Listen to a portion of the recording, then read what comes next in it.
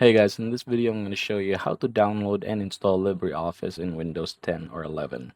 Now for my PC, I'm going to head over to Google and I'm just going to go ahead and type here LibreOffice. And we're going to go ahead and look for that one. So it's this one right here, the official website. I'm going to go ahead and click download. And then I'm going to go ahead and choose the right operating system, which usually just detects it.